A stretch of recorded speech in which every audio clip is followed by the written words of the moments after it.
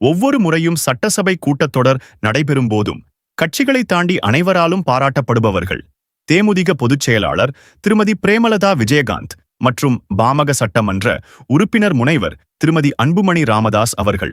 இவர்கள் இருவரின் சட்டமன்ற செயல்பாடுகள் மற்றும் சட்டமன்ற உரை அனைத்து தரப்பு மக்களின் கவனத்தை ஈர்த்துள்ளதோடு மட்டுமல்லாமல் அனைவரின் பாராட்டுகளையும் பெற்றுக்கொண்டுள்ளார்கள். வழக்கம்போல தேமுதிக வளர்ச்சி மற்றும் திருமதி பிரேமலதா விஜயகாந்தின் அரசியல் ஆளுமையை பொறுத்துக்கொள்ள முடியாத பாமக கட்சியை சேர்ந்தவர்கள் பிரேமலதா விஜயகாந்தியின் மீது சமூக ரீதியிலான தாக்குதல்களை தொடர்ந்து சமூக வலைத்தளங்களில் பரப்புவது அவர்களின் அறிவின்மை மற்றும் அரசியல் சகிப்புத்தன்மையற்ற மனநிலையை வெளிப்படுத்துகிறது. தேர்தல் நேரங்களிலும் இதுபோன்ற கீழ்த்தரமான அவதூறுகளை பரப்பினார்கள். தேர்தலில் வென்ற பிறகும் கிறுக்கு பிடித்தவர்களைப் போல புலம்பிக் கொண்டிருக்கிறார்கள்.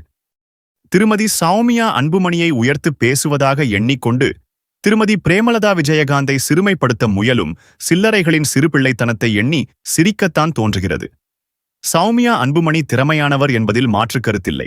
அதே வேளையில் அவரை பிரேமலதா விஜயகாந்தோடு ஒப்பிடுவது கோமாளித்தனம். காரணம், பிரேமலதா விஜயகாந்த் மாபெரும் கட்சியின் பொதுச் செயலாளர், தமிழகம் முழுவதுமே தொண்டர் கூட்டமுள்ள தலைவர். அவர்கள் மார்தட்டி சொல்லும் அவர்களின் கோட்டையிலேயே நின்று வென்றும் காண்பித்துள்ளார். பிரேமலதா விஜயகாந்தின் மீது விமர்சனம் வைக்கும் பாமக அரசியல் கோமாளிகளுக்கு ஒரு சவால்.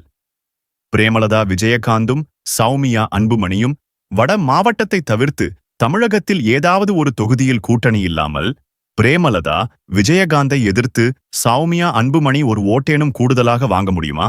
முடியாது என்பது சிறு குழந்தைக்கு கூட தெரியும். குண்டு சட்டியில் குதிரை ஓட்டாமல் நாகரிக அரசியல் செய்ய பழகிக் கொள்ளுங்கள்.